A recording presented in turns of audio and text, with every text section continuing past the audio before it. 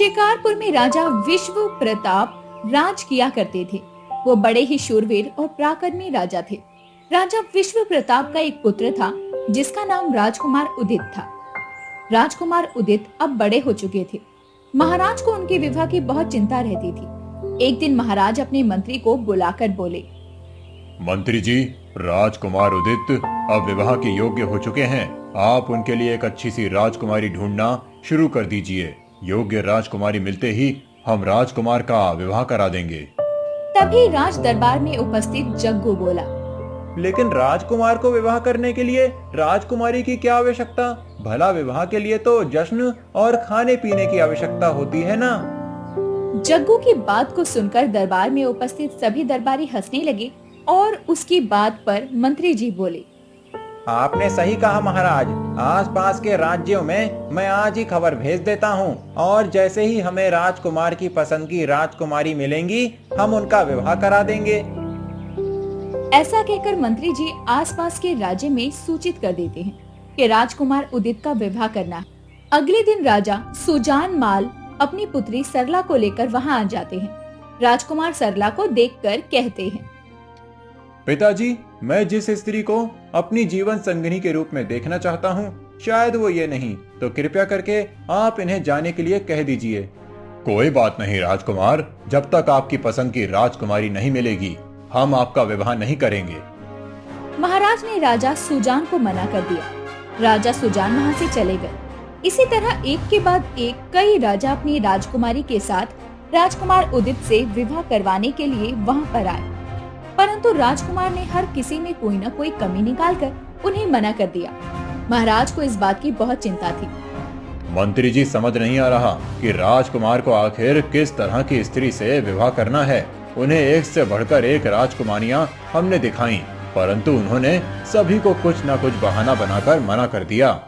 आप सही कह रहे हैं महाराज, परंतु इसमें इतनी चिंता करने वाली कोई बात नहीं है। राजकुमार जिसे भी अपनी जीवन संगिनी के रूप में चुनेंगे वो बहुत अच्छी होगी। आप चिंता न करें महाराज। जहाँ एक तरफ महाराज को राजकुमार के विवाह की चिंता थी, वहीं दूसरी तरफ राजकुमार को भी अपने लिए योग्य जीवन संगिनी मिलने की चिंता थी। वो अक्सर अपने मन में सोचा करते थे, पिताजी ने मुझे इतनी सारी राजकुमारियां दिखाई, परंतु मुझे कोई भी राजकुमारी पसंद नहीं आई। मैंने तो कोई भी ऐसी स्त्री देखी ही नहीं जो मेरे मन के द्वार में सीधे उतर जाए। ना जाने वो स्त्री कहाँ होगी जो मेरी जीवन संगिनी बनेगी, और जब तक वो स्त्री मुझे मिल नहीं जाती तब तक मैं विवाह नहीं करूंगा। परंतु मैं पिताजी को क्या जवाब दूंगा? हे भगवान, अब तू ही मेरी मदद कर। अगले दिन राजकुमार जंगलों की सैर पर निकले। अभी काफी देर जंगलों की सैर करते रहे। राजकुमार जंगलों की सैर करके लौट ही रहे थे, तभी अचानक उनकी नजर एक स्त्री पर गई जो लकड़ी का गट्ठर सर पर उठाई जा रही थी। उन्होंने देखा कि वो लड़की बहुत ही सुंदर थी। साधारण कपड़ों में भी वो किसी राजकुमारी की तरह लग रही थी। राजकुमार सोच रहे थे कि वो ऐसी ही स्त्री से विवाह करना चाहते हैं।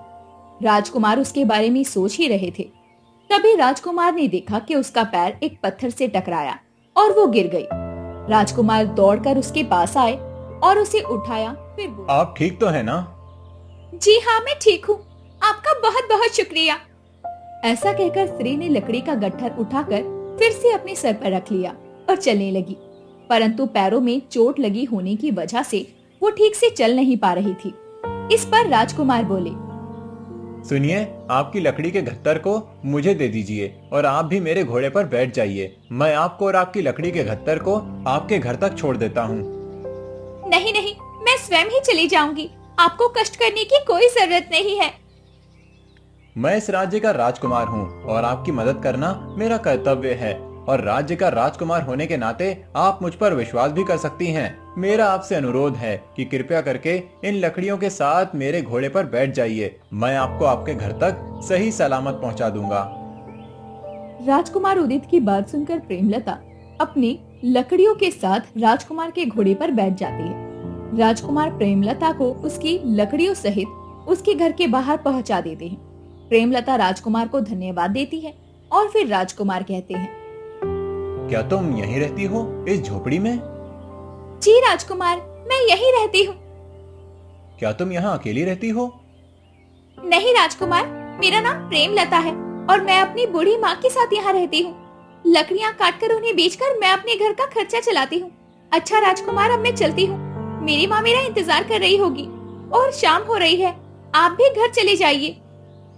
ऐसा कहकर प्रेमलता वहाँ से चली जाती है और राजकुमार उदित अपने घर आ जाते हैं। राजकुमार उदित को प्रेमलता से प्रेम हो जाता है। वो बार बार उसी के बारे में सोच रहे थे। राजकुमार ने अपने मन में फैसला किया। प्रेमलता ही वही स्त्री है जिसे मैं अपनी जीवन संगिनी के रूप में देखना चाहता हूँ। पिताजी ने मुझे कई राजकुमारियां दिखाई, परंतु मेरे मन को कोई भी नहीं छू सकी। पर प्रेमलता ने एक ही मुलाकात में मेरे मन को छू लिया। मैं उसी से विवाह करना चाहता हूँ। मैं कल ही प्रेमलता से मिलकर उसे ये बता दूंगा। अगले दिन राजकुमार प्रेमलता के घर के बाहर पहुंच गए। प्रेमलता एक पेड़ के नीचे बैठी हुई राजकुमार को देखकर बोली, राजकुमार, आपका यहाँ आना कैसे हुआ? प्रेमलता, मैं तुम्हें ये बताना चाहता हूँ कि मुझे तुमसे प्रेम हो गया है और मैं तुमसे विवाह करना चाहता हूँ। राजकुमार, ये आप क्या कह रहे हैं? आप जानते भी हैं आप एक राजकुमार हैं और मैं एक गरीब लड़की। भला मेरा और आपका क्या मेल? क्यों नहीं हो सकता हमारा मेल? तुम मुझे अपनी जीवन संगिनी के रूप में पसंद आई हो और मैं विवाह भी तुमसे ही करूंगा। परंतु राजकुमार, महाराज इस बात के लिए कभी तैयार नहीं होंगे। तुम उनकी चिंता मत करो प्रेमलता, मैं उन्हें मना लूंगा, परंतु मैं विवाह तुमसे ही करूंगा और मुझे पूर्ण विश्वास है कि तुम भी मुझे पसंद करती हो। आप सत्य कह रहे हैं राजकुमार। पसंद तो मैं भी आपको करती हूँ, परंतु मैं किसी राजकुमार की पत्नी बनने का सपना नहीं देख सकती, क्योंकि मैं एक साधारण लड़की हूँ और राजकुमार की पत्नी तो राजकुमारियाँ बनती हैं। ऐसी कोई बात नहीं है प्रेमलता, मैं तुमसे ही विवाह करूंगा। अच्छा, अभी मैं चलता हूँ। मैं जल्दी ही तुमसे विवाह करने के लिए तुम्हारे पास आऊंगा। और फिर राजकुमार अपने पिताजी के पास पहुँचे और बोले, पिताजी, मैंने अपने लिए जीवन संगिनी पसंद कर ली है। ये तो बहुत ही खुशी की बात है राजकुमार उदित। बताइए, किस राज्य की राजकुमारी के भाग्य चमक उठे हैं जिसे आपने पसंद किया? नहीं माताजी, वो किसी राज्य की राजकुमारी नहीं, बल्कि एक साधारण लकड़ी बेचने वाली लड़की है। क्या? ये आप क्या कह रहे हैं राजकुमार? एक साधारण सी लकड़ी बेचने वाली लड़की, वो भी इस राज्य की राजवधू बनेगी? नहीं नहीं, ऐसा कभी नहीं हो सकता। क्यों नहीं हो सकता पिताजी? प्रेमलता मुझे बहुत पसंद है और मैं उसी से विवाह करूंगा। नहीं राजकुमार, मैं आपको किसी भी साधारण लड़की से विवाह करने की अनुमति नहीं दे सकता। पिताजी, प्रेमलता बहुत ही सुंदर, सुशील और गुणवान है। वो हमारे राज्य में वधू बनकर आएगी तो ये हमारे राज्य के लिए गौरव की बात होगी। और रही बात उसके साधारण होने की, तो वो जब इस राज्य की वधू बन जाएगी तो वो साधारण नहीं रहेगी। जो भी हो उदित, पर राजा होने की कुछ मर्यादाएं हैं और मैं उन मर्यादाओं के विपरीत नहीं जा सकता। इसीलिए तुम्हें विवाह तो किसी राजकुमारी से ही करना होगा। तो ठीक है महाराज, मैं ये राज्य छोड़कर जा रहा हूँ, क्योंकि मैं विवाह तो प्रेमलता से ही करूंगा। महाराज, आपको आपके फैसले के बारे में एक बार फिर से सोचना चाहिए। नहीं महारानी, हमारा फैसला अटल है। और फिर राजकुमार उदित राजमहल छोड़कर प्रेमलता के घर की तरफ निकल पड़ते हैं। वो प्रेमलता के पास पहुंचकर सारी बात बताते हैं और विवाह का प्रस्ताव रखते हैं। प्रेमलता राजकुमार को अपनी झोपड़ी में ले जाती है, जहाँ प्रेमलता की बूढ़ी माँ खाना बना रही थी। राजकुमार प्रेमलता की माँ को प्रणाम करते हैं और उन्हें सारी बात बता देते हैं। राजकुमार, अगर आप मेरी पुत्री से विवाह करना चाहते हैं तो मैं आपको रोकने का अधिकार नहीं रखती, क्योंकि आप इस राज्य के राजकुमार हैं। परंतु क्या आप राजमहल को छोड़कर हमारे साथ एक साधारण जीवन बिता पाएंगे? क्यों नहीं माँ, मैं प्रेमलता से विवाह करने के लिए राज्य छोड़कर आया हूँ और उससे विवाह करने के लिए मैं कुछ भी कर सकता हूँ। प्रेमलता की माँ राजकुमार की बात सुनकर बहुत प्रसन्न हुई और फिर राजकुमार उदित ने एक मंदिर में प्रेमलता से विवाह कर लिया। अब राजकुमार उदित प्रेमलता की झोपड़ी में उसके साथ रहने लगे। वो एक साधारण मनुष्य की तरह हर दिन अपनी पत्नी के साथ लकड़ियां काटकर गांव में बेचा करते और उनसे मिले पैसों से अपना जीवन चलाया करते। उनके विवाह को कुछ ही दिन हुए थे, तभी प्रेमलता की माँ की मृत्यु हो जाती है। अब प्रेमलता और राजकुमार उदित दोनों ही उस झोपड़ी में रहा करते थे। दूसरी तरफ राजकुमार के जाने से महाराज बहुत दुखी थे। आज वो महारानी के साथ बाग में घूमने निकले थे। तभी सामने जग्गू एक गड्ढा खोद रहा था। महारानी उसे देखकर बोली, अरे जग्गू, तुम यहाँ पर गड्ढा क्यों खोद रहे हो? वो इसीलिए महारानी क्योंकि मैंने सुना है सब्र का फल मीठा होता है। तो बस मैं सब्र का बीज ढूंढकर लगाऊंगा और उसे इस गड्ढे में लगाऊंगा, फिर जल्दी ही वो फल उग जाएगा और मैं उसे खाऊंगा क्योंकि मुझे मीठा फल खाना पसंद है। राजा और रानी जग्गू की बात सुनकर हंसने लगे। राजकुमार को गए काफी समय बीत चुका था, परंतु महाराज और महारानी उन्हें भूल नहीं पाए थे। एक दिन महाराज और महारानी अपने कक्ष में चिंतित अवस्था में बैठे थे। तभी मंत्री जी ने आकर उन्हें सूचना दी। महाराज, एक बहुत बुरी खबर है। सुजानगढ़ के राजा वीरभद्र ने हमारे राज्य पर हमला कर दिया है। यदि ऐसी बात है तो युद्ध की तैयारी की जाए। और फिर दोनों राजाओं के बीच घमासान युद्ध होता है। इस युद्ध में राजा विश्व प्रताप पराजय हो जाते हैं और राजा वीरभद्र राजा विश्व प्रताप और उनकी रानी दोनों को बंदी बनाकर कारावास में डाल देते हैं और स्वयं सिंहासन पर बैठकर उस राज्य पर राज करने लगते हैं। कारावास के अंदर राजा विश्व प्रताप अपनी पत्नी से कहते हैं, महारानी, आज मुझे मेरे पुत्र की बहुत याद आ रही है। अगर वो मेरे साथ होता तो शायद हम ये राज्य कभी नहीं हारते। हाँ महाराज, आपने तो मेरे मुंह की बात छीन ली। मैं भी यही सोच रही थी। हमें हमारे पुत्र को अपने पास रखना चाहिए था। भले ही हमारे पुत्र ने हमारी मर्जी के खिलाफ विवाह किया, परंतु है तो वो हमारा पुत्र ही ना। आप सही कहती हैं महारानी। काश हमारे पुत्र को हमारी हालत के बारे में पता चल जाए। हमारा पुत्र इतना शूरवीर है कि उसके सामने राजा वीरभद्र को नतमस्तक होना ही पड़ेगा। आप सही कह रहे हैं महाराज। हमारे पास केवल इंतजार करने के अलावा अब कोई मार्ग नहीं।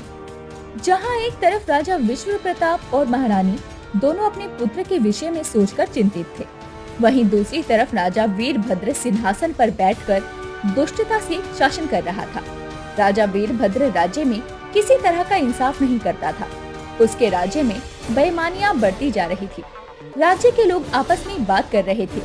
देख रही हो बहन, आजकल राज्य में हर चीज कितनी महंगी होती जा रही है। हाँ बहन, जब से ये नया राजा आया है तब से तो राज्य की दशा ही खराब होती जा रही है। हमारे महाराज तो बहुत अच्छे थे, पर सुना है इस नए राजा ने उन्हें कैद कर लिया है। हाँ बहन, सुनने में तो यही आया है। महाराज का पुत्र भी तो उनके पास नहीं है। शायद अगर राजकुमार होते तो महाराज की ऐसी दशा नहीं होती। अब भगवान ही जाने क्या होगा। वो लोग बातें कर रहे थे कि तभी वहाँ जग्गू आ जाता है। जग्गू को देखकर वो औरत कहती है, अरे जग्गू, यहाँ तुम अपने हाथों में क्या लेकर जा रहे हो? ये कद्दू की सब्जी है, आज मैंने खाने में बनाई थी। हाँ जग्गू, लेकिन तुम इसे कहाँ लेकर जा रहे हो? मुझे कद्दू की सब्जी बहुत पसंद है। मैं जमीन खोदकर इसे जमीन में गाड़ दूंगा, फिर कद्दू की सब्जी का पेड़ उगेगा और मैं रोज कद्दू की सब्जी खाऊंगा और इस तरह मेरी माँ को सब्जी बनाने की मेहनत भी नहीं करनी पड़ेगी। जग्गू की बातें सुनकर दोनों औरतें हंस पड़ती हैं। इधर राज दरबार में राजा वीरभद्र अपने दरबारी के साथ बैठा हुआ था। तभी वो अपने मंत्री से कहता है, मंत्री जी, हमें अपने राज्य का विस्तार बढ़ाना चाहिए।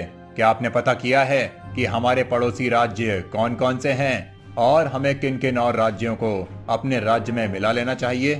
हाँ महाराज, मैंने पता किया। हमारा पड़ोसी राज्य सोनपुर बड़ा ही धनी और संपन्न राज्य है और मुझे ये भी पता चला था कि वहाँ के राजा का कोई भी पुत्र नहीं है। क्यों ना हम सोनपुर को जीतकर अपने राज्य में मिला लें। ठीक है मंत्री जी, आप ऐसा कीजिए कि सोनपुर के राजा के पास संदेश भिजवाइए कि या तो वो हमारे सामने आत्मसमर्पण कर दे और अपने राज्य को हमारे राज्य से मिला दे, और या तो फिर युद्ध के लिए तैयार हो जाए। परंतु ये काम करेगा कौन? महाराज, इस काम के लिए तो इस राज्य के पूर्व मंत्री ही सबसे उचित व्यक्ति हैं। हमें ये काम उन्हीं से करवाना चाहिए। सही कहा मंत्री जी। पूर्व मंत्री सोमनाथ जी, आप हमारा संदेश लेकर पड़ोसी राजा के पास जाइए और उन्हें हमारा संदेश सुनाइए। जो आज्ञा महाराज, आज चला जाता हूँ। इसके बाद मंत्री सोमनाथ महाराज वीरभद्र का संदेश लेकर पड़ोसी राज्य पहुंचते हैं। दरबान उन्हें राज दरबार में लेकर आता है, परंतु मंत्री जी ने जैसे ही वहां के राजा को देखा, उनके पैरों के नीचे से जमीन खिसक गई और वो बोल पड़े, राजकुमार उदित, आप यहाँ? ये किस तरह संभव है? ये तो राजा मान सिंह का राज्य है। जी मंत्री जी, ये महाराज मान सिंह का राज्य है। परंतु अब इस राज्य का राजा मैं हूँ। बताइए, हमारे राज्य में सब कुछ ठीक तो है ना? मेरे माता पिता तो ठीक है ना? नहीं नहीं राजकुमार, हमारे राज्य में तो कुछ भी ठीक नहीं है। ये आप क्या कह रहे हैं मंत्री जी? क्या हुआ है? महाराज, आपको अपने पिता को छोड़कर नहीं जाना चाहिए था। आपके जाने के बाद राज्य के हालात बहुत खराब हो गए हैं। मंत्री जी, पहलियां मत बुझाइए, साफ साफ बताइए कि क्या हुआ है और मेरे माता पिता कहाँ हैं? राजकुमार उदित, आपके जाने के बाद महाराजा और महारानी दोनों आपकी याद में बहुत ही उदास रहने लगे। इसीलिए महाराज ने अपनी सेना पर ज्यादा ध्यान नहीं दिया और हमारी सेना के सैनिक कम हो गए। उसके बाद पड़ोसी राज्य के भ्रष्ट राजा वीरभद्र ने हमारे राज्य पर हमला कर दिया और महाराज को परास्त करके महाराज और महारानी को बंदी बना लिया। और राजा वीरभद्र ने ये संदेश भेजा है कि आप या तो आत्मसमर्पण कर दें या तो फिर युद्ध के लिए तैयार हो जाएं, क्योंकि वो इस राज्य को भी जीतना चाहते हैं। उस दुष्ट राजा की इतनी हिम्मत कि उसने मेरे पिता को परास्त कर दिया और उन्हें कारावास में डाल दिया। मंत्री जी, उसे इसकी कीमत चुकानी होगी। वो मुझसे युद्ध करना चाहता है ना, तो जाइए और उसे खबर दीजिए कि मैं उससे युद्ध करने के लिए तैयार हूँ। मैं अपने माता पिता के अपमान का बदला उससे लेकर रहूंगा। जी राजकुमार, परंतु मुझे ये समझ नहीं आ रहा कि आप तो हमारे राज्य के राजकुमार हैं, इस राज्य के राजा कैसे बन गए? मंत्री जी, ये एक लंबी कहानी है। आप तो जानते ही हैं कि जब मैंने पिताश्री के सामने प्रेमलता से विवाह करने का प्रस्ताव रखा तो उन्होंने मना कर दिया और मैंने राज्य छोड़ दिया। फिर मैं प्रेमलता के पास गया, हमने मंदिर में शादी कर ली और मैं एक साधारण लकड़हार बनकर जीवन व्यतीत करने लगा। कुछ समय के बाद प्रेमलता की माताजी का देहांत हो गया। अब घर में केवल हम दोनों ही बचे थे। एक दिन की बात है, हम दोनों जंगल से लकड़ियां काटकर बेचने के लिए जा रहे थे। तभी रास्ते में हमें कोई घुड़सवार आता हुआ दिखाई दिया। वो घुड़सवार हमारे पास आते ही गिर गया। प्रेमलता ने उसे देखकर मुझसे कहा, देखिए राजकुमार उदित, पहनावे से तो ये कोई राजा लगते हैं। और देखो ना, लगता है इन्हें किसी जंगली जानवर ने काट लिया है। ये घायल भी हैं। हाँ प्रेमलता, तुम सही कह रही हो। हम इन्हें अपने घर ले चलते हैं, इन्हें उपचार की आवश्यकता है। उसके बाद हम दोनों ने उठाकर अपने घर ले आए और उन्हें लेटा दिया। फिर प्रेमलता जंगल से जड़ी बूटियां लेकर आई और उसे घिसकर उनके जख्मों पर लगा दिया। वो व्यक्ति अभी भी बेहोश था। मैं और प्रेमलता सारी रात उनका ख्याल रखते रहे। कभी लेप लगाते तो कभी उन्हें पानी पिलाने का प्रयत्न करते तो कभी उनके हाथ पांव मलते। इसी तरह सुबह हो गई और वो व्यक्ति होश में आए और होश में आते ही बोले, हे भले मानस, कौन हो आप लोग जो मेरी इतनी सेवा कर रहे हैं? हम इसी जंगल में रहते हैं। कल आप अपने घोड़े से आ रहे थे और अचानक से गिरकर बेहोश हो गए और फिर हमने देखा कि आपके पैरों में जख्म भी है, इसीलिए हम आपको अपने घर ले आए। आप कौन हैं? मैं पड़ोसी राज्य का राजा सूर्यभान हूँ। मैं जंगल में शिकार के लिए आया था और हिरण का पीछा करते करते मैं जंगल में काफी अंदर निकल गया था और फिर जब मैंने पीछे मुड़कर देखा तो मेरे सारे सैनिक पीछे छूट गए थे। मुझे कोई भी दिखाई नहीं दे रहा था। तभी अचानक से मुझ पर सामने से एक शेर ने हमला कर दिया। मैंने अपनी तलवार लेकर उससे युद्ध किया और उसे मार दिया, परंतु इस युद्ध में उसने मेरे पैर काट दिए थे और मेरे पैर जख्मी हो गए थे। मैं अपने घर की तरफ वापस जा रहा था, तभी रास्ते में गिरकर बेहोश हो गया। ठीक है महाराज, अब आप स्वस्थ हैं और अपने घर जा सकते हैं। आप दोनों का बहुत बहुत शुक्रिया। आप दोनों इतने घने जंगल में अकेले ही रहते हैं?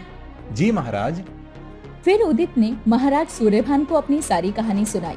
ये सब सुनकर महाराज सूर्यभान बोले, राजकुमार उदित, अगर आप बुरा न मानो तो मैं आपको कुछ कहना चाहता हूँ।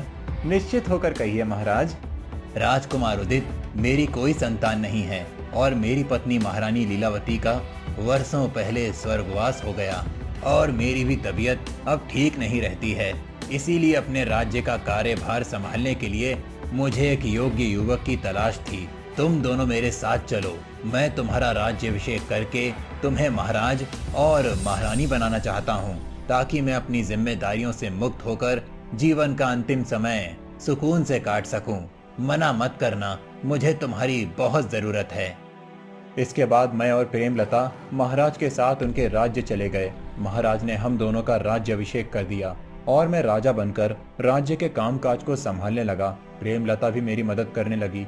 कुछ ही दिनों बाद महाराज की तबीयत बहुत बिगड़ गई और जल्दी ही उनका निधन हो गया। मैं समझ गया महाराज उदित, ये भाग्य का लिखा है। आपके भाग्य में राजा बनना था, इसीलिए आप राजा ही बने, और महारानी प्रेमलता के भाग्य में आपकी पत्नी बनना था, इसीलिए वो आपकी धर्म पत्नी बनी। भाग्य के लिखे को कोई नहीं टाल सकता। शायद अब तक महाराज को भी ये बात समझ में आ गई होगी, परंतु ये बात समझने में महाराज ने बहुत देर लगा दी।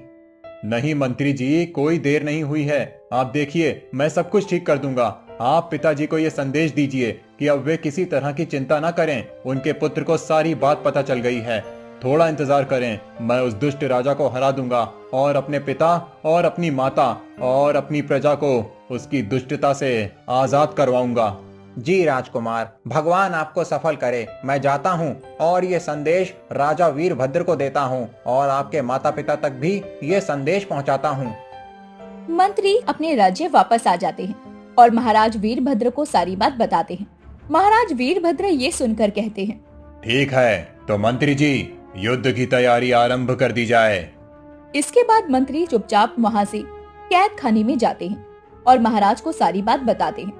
ये सुनकर महाराज विश्व प्रताप कहते हैं, मंत्री जी, मुझे पूरा विश्वास था कि अगर मेरे पुत्र को ये सारी बातें पता चलेंगी तो वो अवश्य ही युद्ध करके इस दुष्ट राजा को हराकर मुझे आजाद कराएगा। देखा महारानी, अब हमारे पुत्र को सारी बात पता चल गई है। तुम देखना, अब हम इस कैद खाने में ज्यादा दिन नहीं रहेंगे। आप सही कह रहे हैं महाराज, हमारा पुत्र अब जल्दी ही आएगा और हमें छुड़ाकर ले जाएगा। और अब तो हमारी पुत्र वधू भी साथ है, हम भी उन दोनों का राज्य अभिषेक बड़ी धूमधाम से करेंगे। ठीक है मंत्री जी, अब आप जल्दी से यहाँ से जाइए, कहीं कोई देख ना ले। और हाँ, समय समय पर हमें सूचना देते रहिएगा। जी महाराज। और फिर मंत्री जी वहाँ से चले गए। दोनों राज्य के राजा अपने अपने राज्य में युद्ध की तैयारी में लग गए। कुछ समय बाद दोनों राजाओं के सैनिकों के बीच घमासान युद्ध हुआ और दोनों राजा भी आमने सामने थे। उन दोनों का भी घमासान युद्ध होने लगा। तभी राजा वीरभद्र के हाथों से तलवार छूटकर गिर गई। तब महाराज उदित ने उसके गले पर तलवार रखी और बोले, यदि मैं चाहूँ तो तुम्हारा अभी कत्ल कर सकता हूँ, परंतु मैं ऐसा करूँगा नहीं, क्योंकि तुमने मेरे माता पिता को कारागार में डाल रखा है। मैं उनके हाथों से तुम्हें भी कारागार में डलवाऊंगा। जब राजा वीरभद्र ने उनके मुंह से माता पिता सुना तो वो चौंक गए और उन्होंने पूछा, इस राज्य के राजा तुम्हारे माता पिता? कौन हो तुम? इस राज्य का राजकुमार और सोनपुर राज्य का महाराज उदित कुमार।